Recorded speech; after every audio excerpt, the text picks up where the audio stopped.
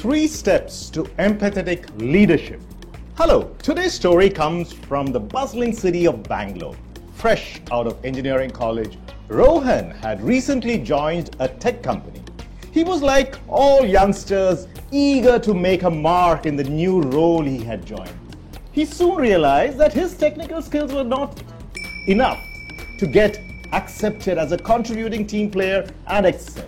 He had no one he knew in the team that was assigned to him. Also, there was a kind of reluctance in the others to really make him part of the new team. He was just considered quantity 1 and assigned some work that needed to be completed within a fixed time. I'm sure many of you would have faced familiar situations. Rohan sometimes felt he was treated as a machine.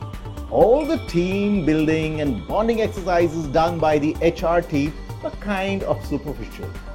Being a keen observer, he noticed that some leaders in his company exhibited a deep sense of connection with the staff, which fostered a collaborative and innovative environment. Observing them, Rohan realized that the connect these leaders were obtaining was through a skill called empathy, which one of the guest speakers in his college had talked about. Empathy, he said, is putting yourself in the shoes of others so as to understand them better and bond with them. He further went on to list some of the action points, that is exactly what his leaders in the company whom he admired were doing. Rohan decided to cultivate the skill called empathy by implementing few of those action points he remembered from that talk. The first point he remembered was show genuine concern. Rohan as an individual was always in the present and observed people.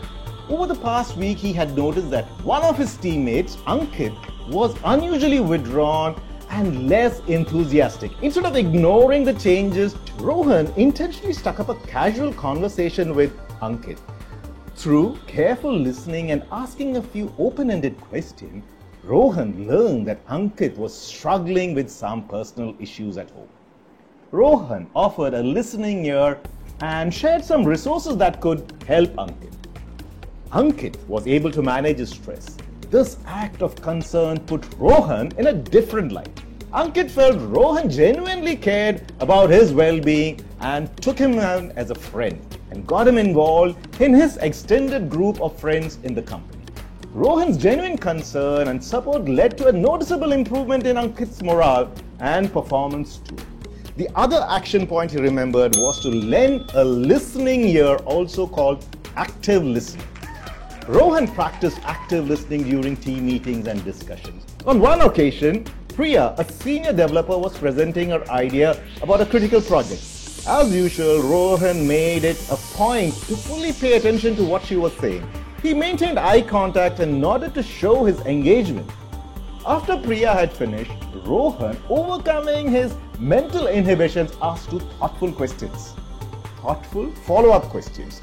It was to better understand her perspective. It led to a healthy interaction between the team, ensuring key points got better clarity and finally led to the proposal getting accepted.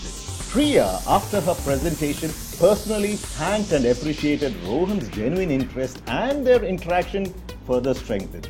So did their professional rapport. The third point he implemented was be approachable and open.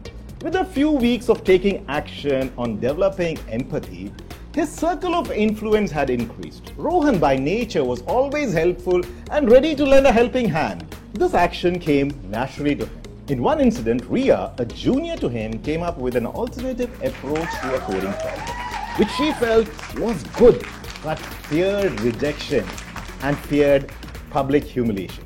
Rohan was open to her input, and he provided her constructive feedback and helped her present it. Seeing her input getting valued boosted her confidence. She encouraged others too to seek Rohan's support, thus providing greater visibility to Rohan, not only in his team, but also in the top management. Over the next few months, Rohan's empathetic approach transformed not only him, but his entire team.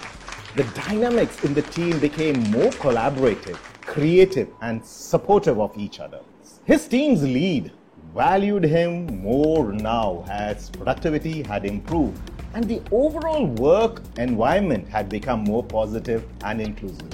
Rohan's journey showed that empathy was not just a personal trait, but a powerful tool that could enhance team performance. Thus, a quick recap on the three tenets of developing empathy is: 1. Genuine concern. Lend a shoulder to someone. Second is active listening. Lend a ear. And the third is be approachable. Lend a helping hand. By making these three tenets part of your skill set, like Rohan, not only will you grow as a compassionate and effective engineer, but also as a player whom AI cannot replace, thus delivering performance beyond expectations. More on the EC3 in the next episode. Till then, take care. Jai Hind, my friend.